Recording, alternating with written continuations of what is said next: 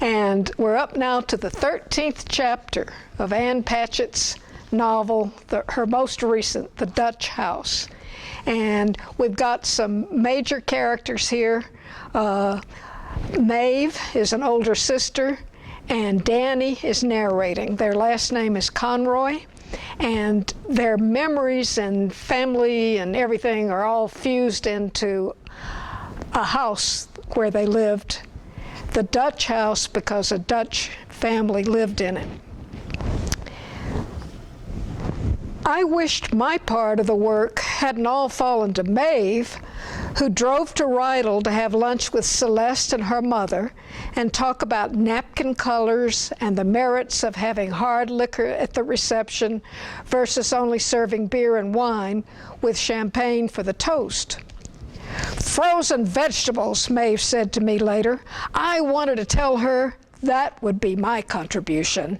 I'll flood their backyard with little green peas, which would spare me having to sit through another conversation about whether the lawn will still be green enough in July. I'm sorry, I said. You shouldn't have to deal with that. Maeve rolled her eyes. Well, it isn't like you're going to do it. Either I get involved or we have no representation at the wedding. I'm planning on representing us at the wedding. You don't understand. I'm not even married, and I understand. Celeste said it was hard for Maeve to watch me get married before she did. Celeste said that at 37 there was pretty much no chance of Maeve finding someone, and so the wedding plans were no doubt filling her with something less than joy. But that wasn't it. In the first place, Maeve would never begrudge me any happiness. And in the second place, I had never once heard her mention even a passing interest in marriage. Maeve didn't care about the wedding. Her issue was with the bride.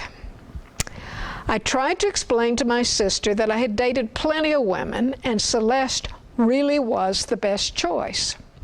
I hadn't rushed into anything either. We'd been going together off and on since college. You're picking the woman you like best from a group of women you don't like, Maeve said. Your control group is fundamentally flawed. But I had picked the woman who had committed herself to smoothing my path and supporting my life.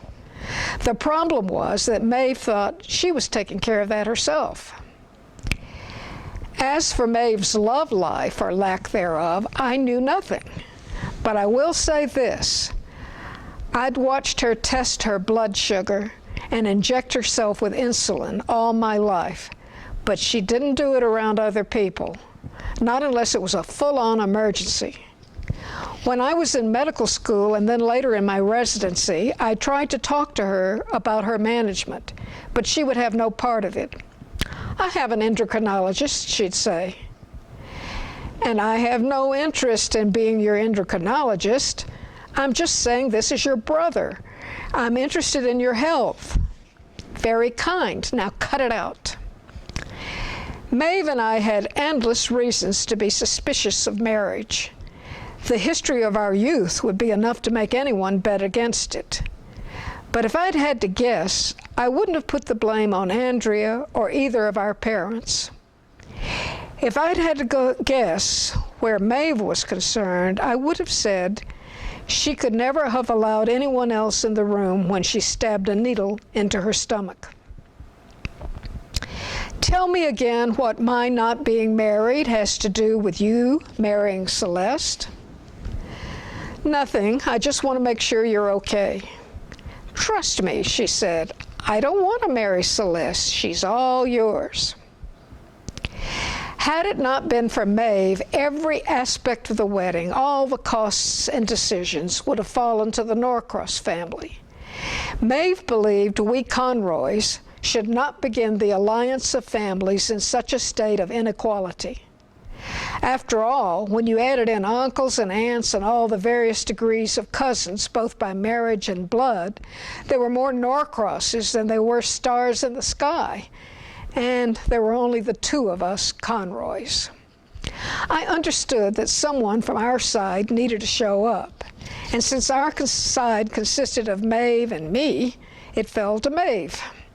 I was meeting with electricians in those days and learning the surprisingly difficult skill of repairing drywall. I was too busy to participate in the details, and so I sent my sister, who lived a scant 15 minutes from Celeste's parents, as my emissary. In this spirit of division of labor, Maeve volunteered to write our engagement announcement for the paper. Mary Celeste Norcross, daughter of William and Julie Norcross, will marry Daniel James Conroy, son of Elna Conroy and the late Cyril Conroy, on Saturday, the 23rd of July. But Celeste didn't like the word late. She thought it was a downer in light of the happy occasion. "And your mother?" Maeve said to me over the phone, doing an uncanny imitation of Celeste's voice. "Do you seriously want your mother's name in the engagement announcement?" "Ah," I said. "I told her you do in fact have a mother, a missing mother, and a dead father. That's what we've got." Then she asked if we could just leave them out altogether, seeing as how they're not here. It's not as if we'd be hurting their feelings. Well, it didn't strike me as an outrageous proposal. "We'd be hurting my feelings," Maeve said. "You're not a mushroom who popped up after a rain. You have parents." Julie Norcross, my ever-rational future mother-in-law, broke the tie in Maeve's favor. "That's the way it's done," she said to her daughter. The proposed compromise, to which Maeve finally capitulated after much grousing, was that our parents' names would not appear on the wedding invitation. And through all of this, excuse me, I never told my sister that our mother was out there, circling. I put it off not because I thought it would harm Maeve's health, but because we were better off without her. That was what Fluffy's news had made me realize.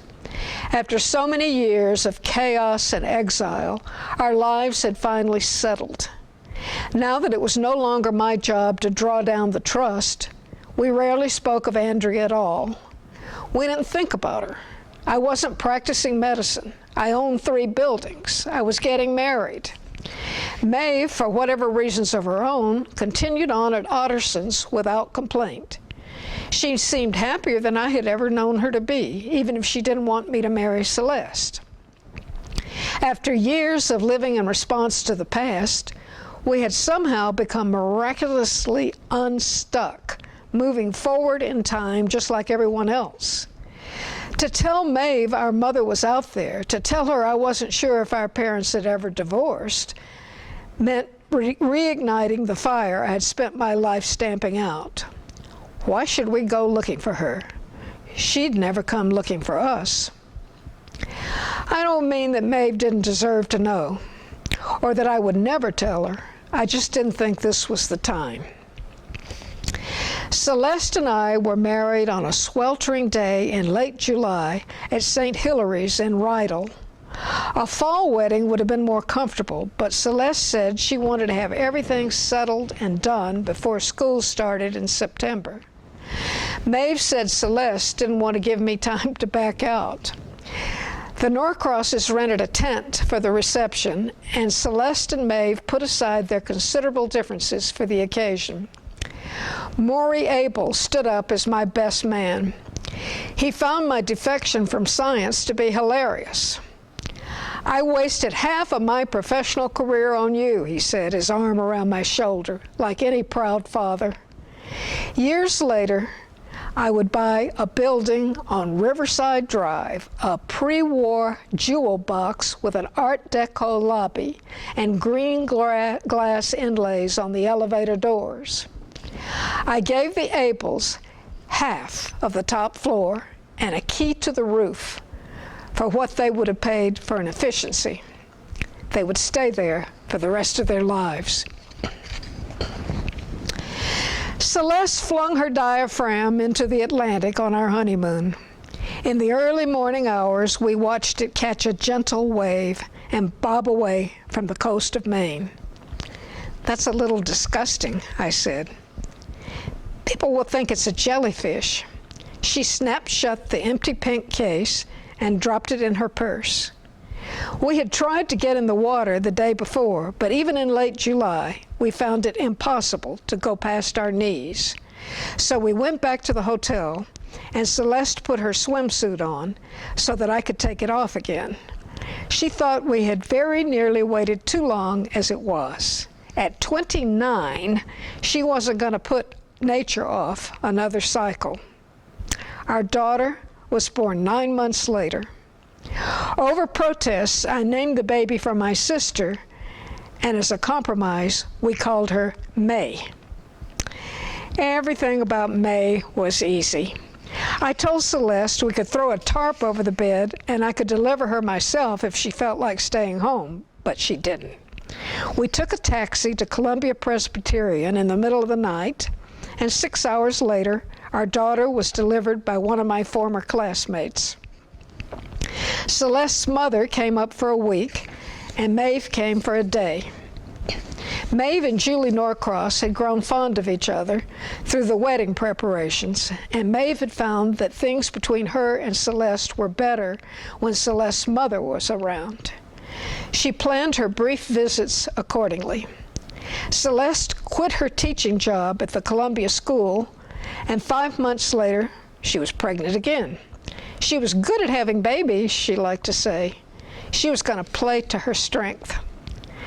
But babies are largely a matter of luck, and there was no guarantee that what was easy once would be easy twice. 25 weeks into the second pregnancy, Celeste started to have contractions and was sent to bed to stay. She was told her cervix was lazy, unable to hold the baby in place against the tireless pull of gravity. She took it to be a personal indictment.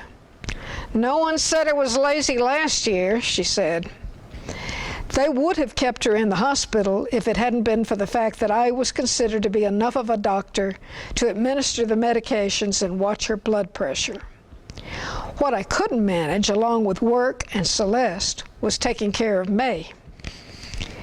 "We're going to need to hire someone," I said. Celeste had made it clear she didn't want her mother moving to New York, and the idea of having Maeve come in to help wasn't up for discussion. "I just wish there was someone we knew," Celeste said. She was frustrated and scared and angry at herself for not being able to take care of things the way she always had. "I don't want a stranger taking care of May." "I could try Fluffy," I said, though the suggestion was half-hearted.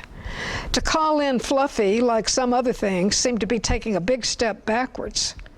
I was holding May on one hip, and she squirmed and reached her chubby hands for her mother. "What's Fluffy?" "Who's Fluffy?" "What are you talking about? I never told you about Fluffy?" Celeste sighed and straightened her blanket. "I guess not. No one forgets a Fluffy. Excuse me." In the earliest days of our relationship, Celeste had asked about the small scar beside my eye, and I'd told her I had caught a backhand playing doubles at Choate. I wasn't about to tell the pretty girl in my bed that my Irish nanny had hit me with a spoon.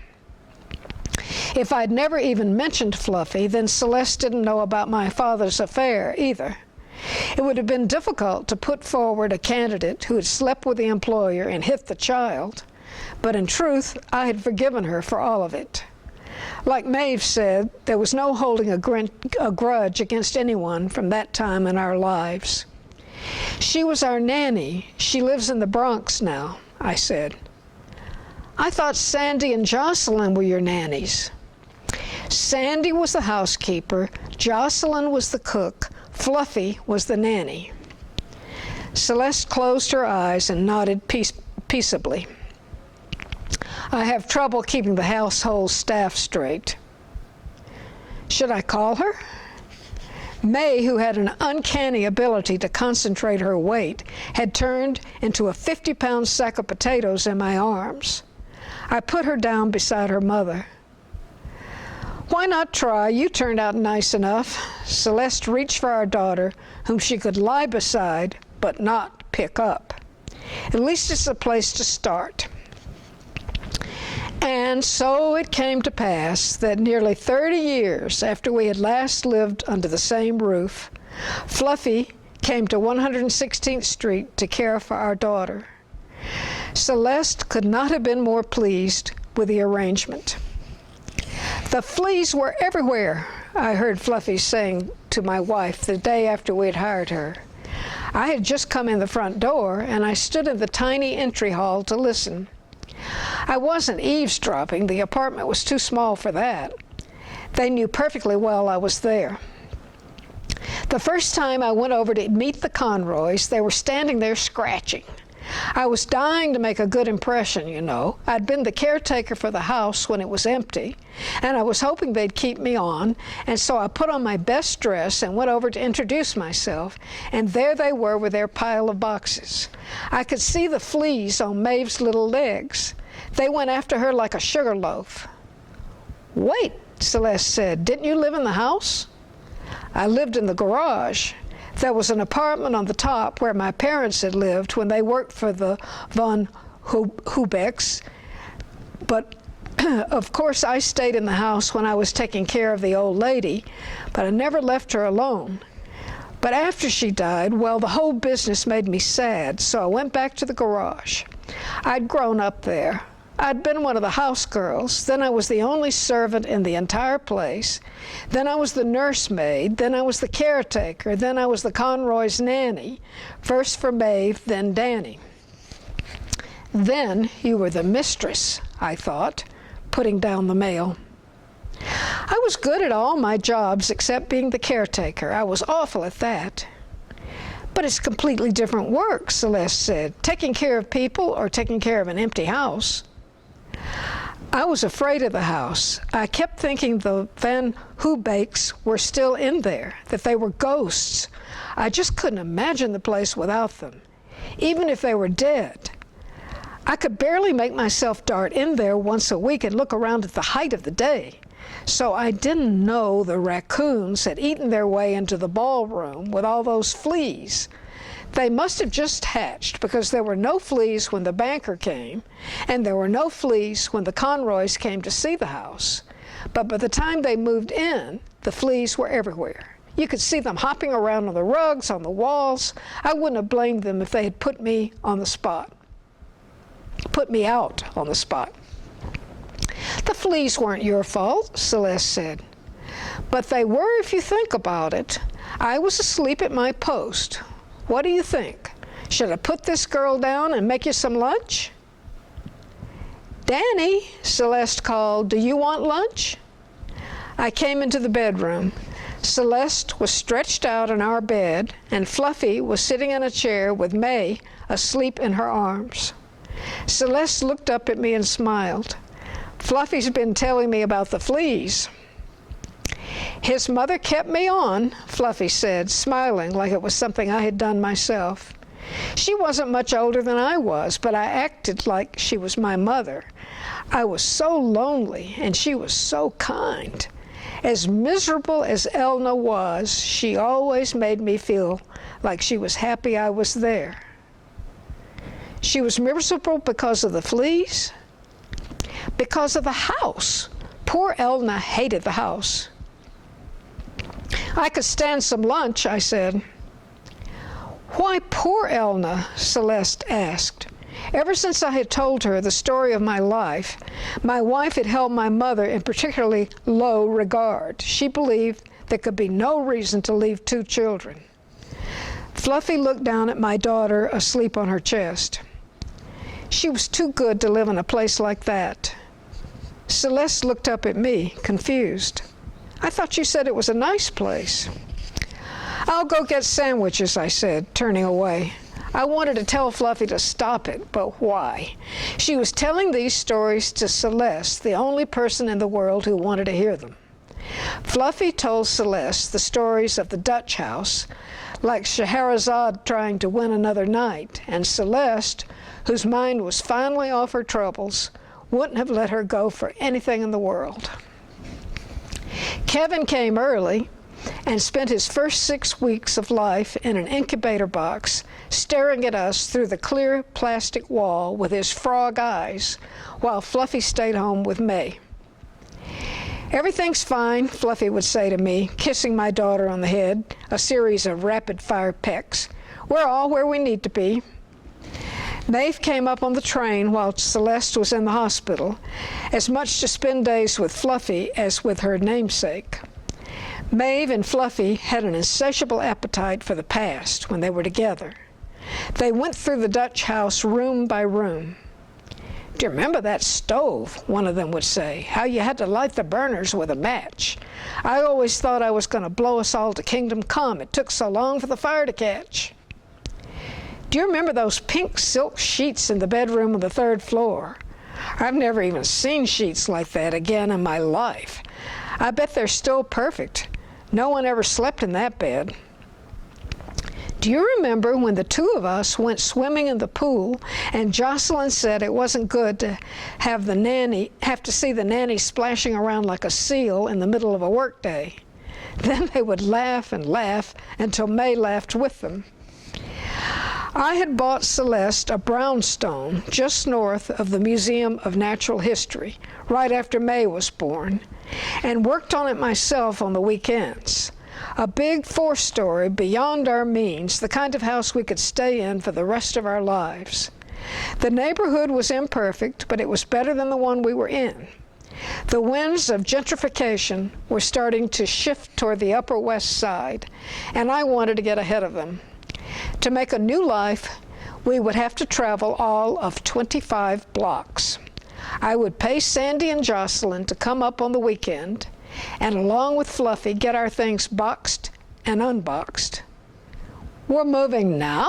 Celeste said while we sat in the waiting room of the NICU. Visiting hours started at 9. "There's never a good time to move," I said. "This way Kevin can come home to his new house." The new house had 4 bedrooms, though we kept Kevin and May together in one when they were small.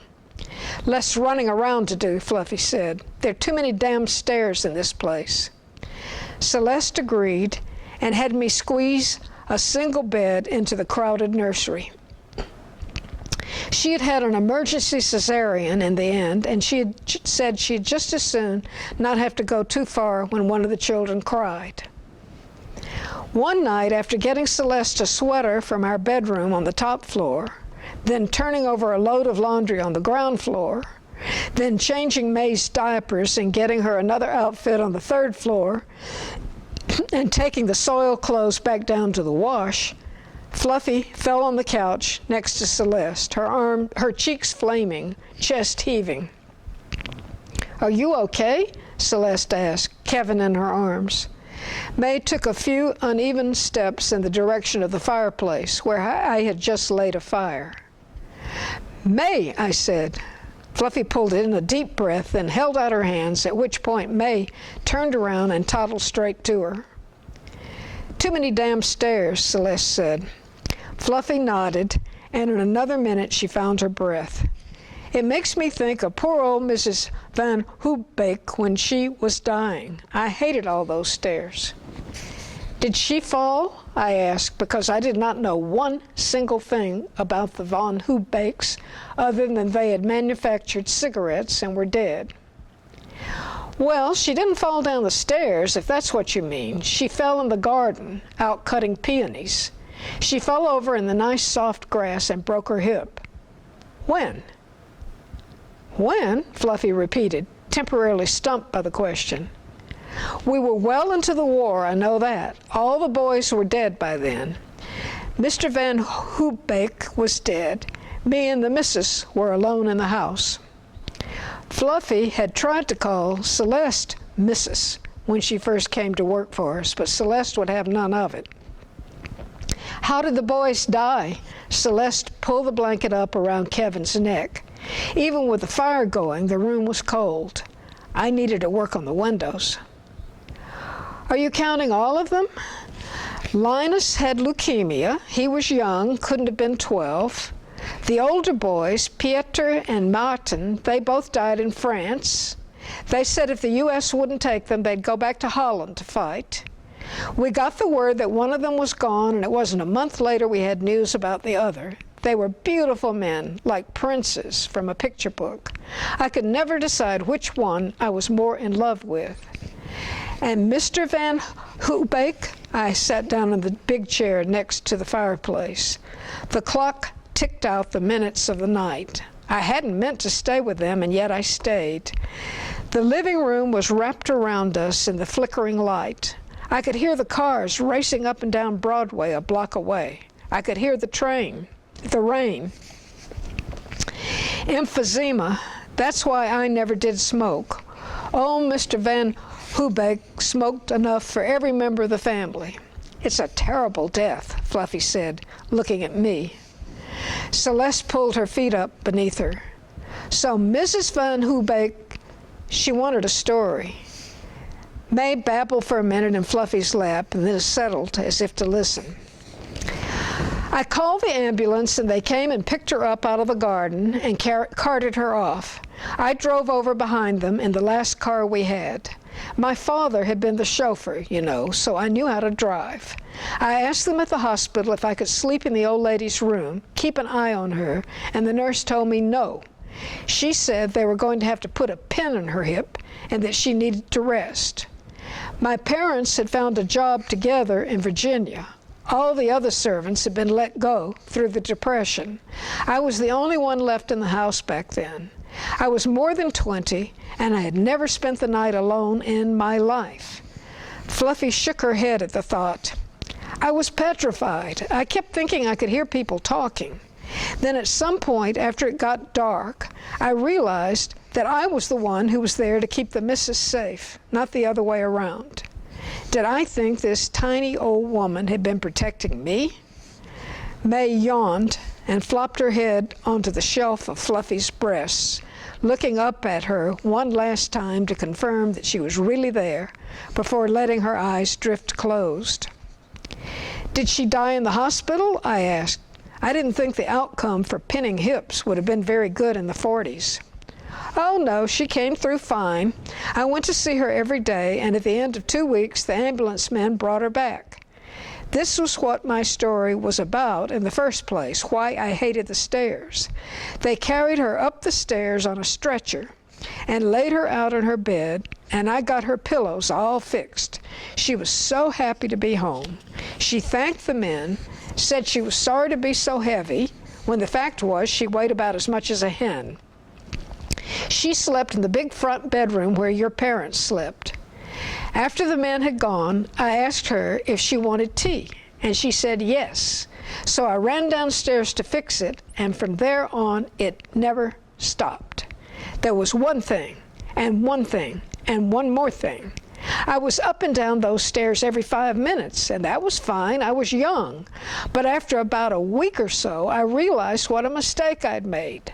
I should have set her up downstairs, right there in the foyer, where she would have had the view. Downstairs, she could have looked at the grass and the trees and the birds, everything that was still hers. Where she was upstairs, all she had to look at was the fireplace. She couldn't see anything out the window from where she was but the sky. She never complained, but it made me so sad for her. I knew she wasn't going to get better. There wasn't any reason for her to. She was such a sweet old bird. Every time I needed to go to the store or get her medicine, I'd have to give her an extra pill and knock her out. Otherwise, she'd get confused if I wasn't right there, and she'd try to get out of her bed by herself. She couldn't remember that her hip was broken. That was the problem. She was always trying to get up. I'd tell her to hold still, and then I'd fly down the stairs to get what she needed and come right back up, and half the time she'd be crawling out, 1 foot touching the floor. So then I started pulling her over to the middle of the bed and making a wall of pillows around her like you do with a baby, and then I'd go down the stairs twice as fast. I could have run a marathon, but I don't think they had marathons back then. She looked down at May and swept her hand over the baby's fine black hair. There wasn't a soft spot on me. There were times early on when Celeste would have something to say about Maeve, but Fluffy wouldn't hear it. I loved my children, she'd say, and Maeve was my first. I saved her life, you know.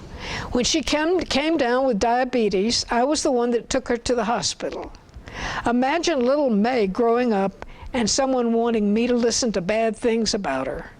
She gave May a few bounces on her hip and made her laugh. "Isn't gonna happen," she said to the baby.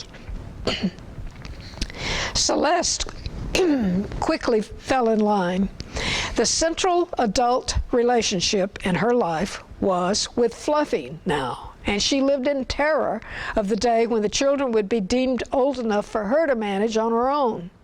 Not only was it necessary to have an extra set of hands for two children so close in age, but Fluffy knew what to do for an earache, a rash, boredom. She knew better than I did when to call the pediatrician was in order. Fluffy was a genius as far as babies were concerned, but she had a keen sense for mothers as well. She took care of Celeste as much as she did of Kevin and May, praising her for every good decision, telling her when to rest, teaching her how to make stew, and when it rained or was dark or was simply too cold to go out, there was the endless trove of Van Hoobeck stories to open again. Celeste had fallen in love with those, too. The garage was way over to the side of the house, but if I stood on the toilet seat and opened the window, I could see the guests coming in for parties. Nothing exists like the parties they had back then, nothing in the world. All the windows would be open and the guests would walk in through the windows from the terrace. When the weather was cold, they danced upstairs in the ballroom, but when it was nice outside, there were workmen who would come out during the day and put down a dance floor made out of pieces of polished wood that all snapped together. That way, the guests could dance on the lawn. There was a little orchestra, and everyone was laughing and laughing. My mother used to say the silkiest sound on earth was a rich woman's laugh. She would work in the kitchen all day to get things ready. Then she served until 2 or 3 in the morning. Then she cleaned it all up.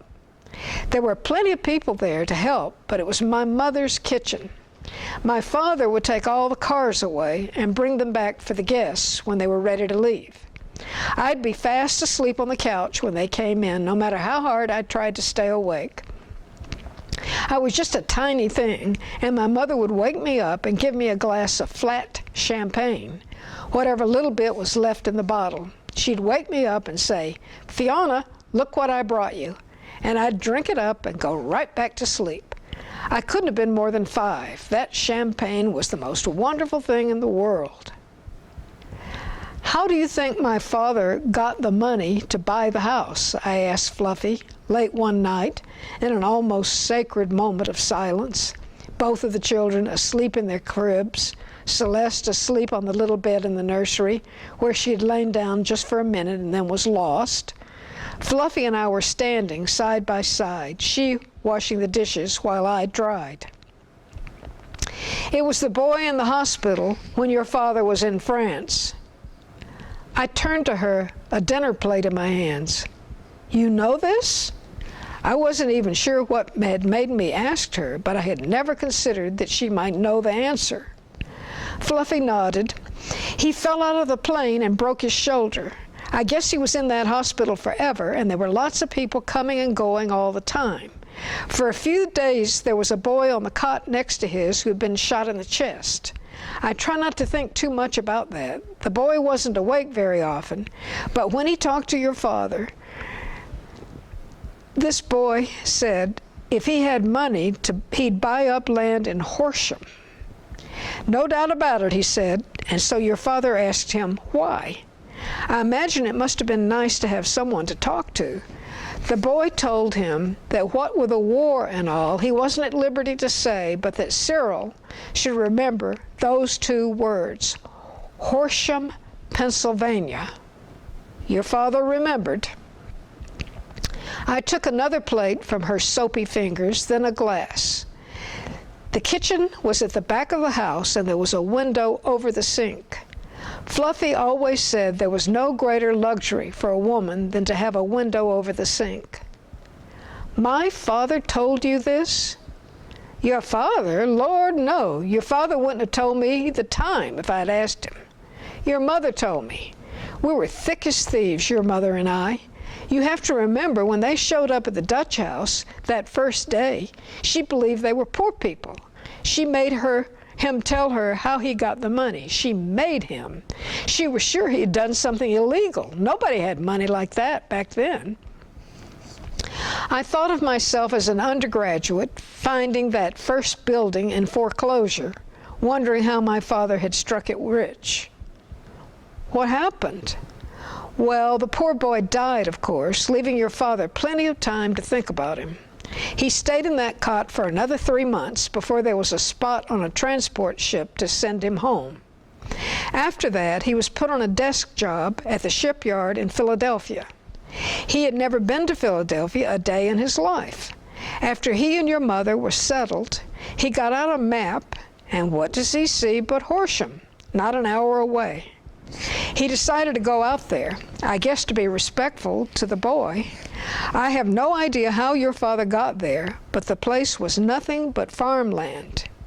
He made some inquiries just to see if anything was for sale, and he found a man who had 10 acres he'd part with dirt cheap. That's where the expression came from, you know. Cheap dirt was dirt cheap. But where did he get the money to buy the land? Things can be cheap, but if you don't have the money, it hardly mattered. I knew that from experience. He had saved up from the TVA. He worked on the dams for 3 years before the war. They paid him next to nothing, but your father was a man who hadn't parted with his first nickel. Now, mind you, your mother didn't know about any of this, and they were married then. She didn't know about the savings or the boy or Horsham, none of it.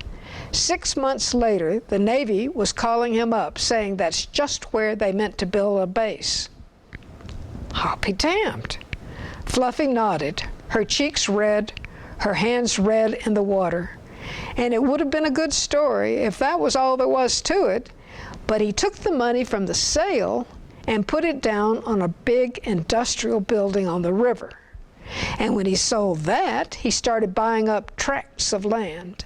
And all that time, your mother was soaking pinto beans for supper, and he was working for the Navy ordering supplies, and they were living on the base with your sister. Then one day he says, "Hey, Elna, I borrowed a car. I've got a big surprise to show you." It really was a wonder she didn't kill him. As we stood there, shoulder to shoulder, the dishes done, and the most frustrating mystery of my life resolved, I remember that this was the woman who had hit me once when I was a child. She had slept with my father and wanted to marry him. I thought of what a better life it would have been had Fluffy gotten her way. That's it. Tomorrow, Priscilla Jacobson will be reading chapter 14, the next one. Good. Thank you.